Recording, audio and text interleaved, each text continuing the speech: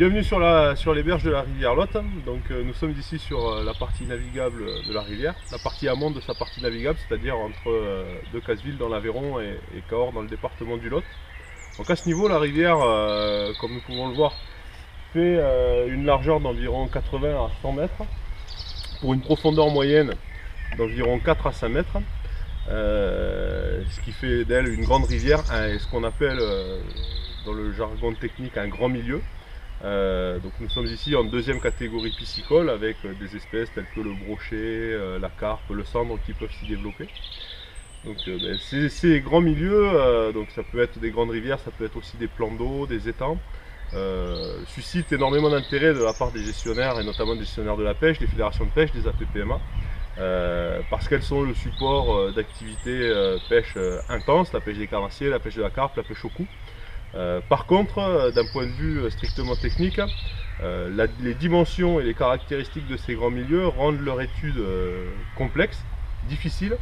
parce qu'en effet, il est facile d'étudier des milieux peu profonds lorsqu'on voit le fond et déterminer la nature des granulats qui constituent le substrat, déterminer l'emplacement des fosses, des embâcles, des zones de reproduction de poissons. Sur ce type de milieu, ce genre d'étude devient tout de suite beaucoup plus complexe puisqu'on n'a pas le facteur visuel qui rentre en compte, et donc ça pose énormément de problèmes aux gestionnaires puisque ça conduit souvent à faire des gestions un petit peu, j'allais pas dire au hasard, mais en tout cas avec des données qui sont insuffisantes pour faire de la gestion intelligente, que ce soit en termes d'aménagement, aménagement de zones de frayère, aménagement de zones de pêche, ou que ce soit en termes de gestion, et notamment de gestion piscicole, de plan d'empoisonnement, puisqu'on a des difficultés pour estimer la capacité réelle d'accueil de ces grands milieux. Face à ce constat, l'association Haliotilote, que je représente aujourd'hui, a essayé de dresser dès l'année 2012 des partenariats avec la société MC Technologies qui distribue notamment la marque Lawrence en France, pour essayer d'utiliser les nouvelles technologies d'imagerie subaquatique qui sont normalement plutôt dédiées à la pêche de loisirs ou alors à de la pêche professionnelle en mer notamment.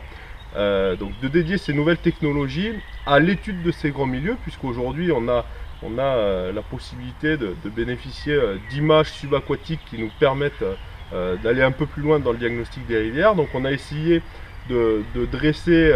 une petite méthodologie qui nous permettait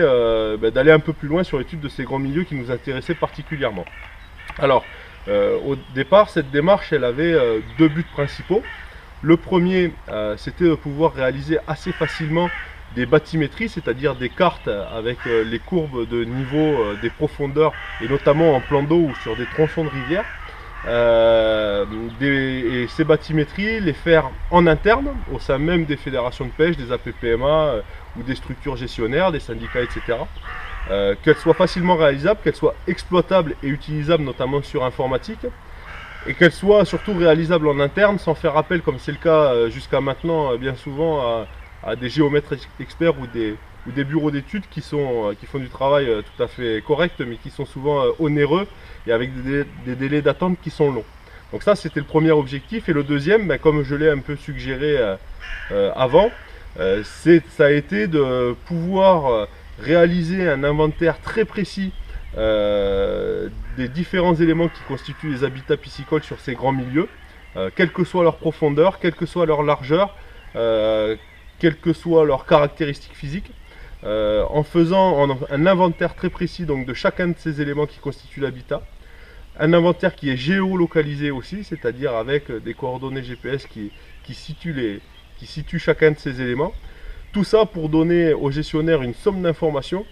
qui va l'aiguiller et va permettre d'aiguiller les solutions de gestion et les actions d'aménagement qu'il pourra mettre en œuvre sur ces milieux pour coller au plus près à la réalité et aux potentialités réelles de l'écosystème.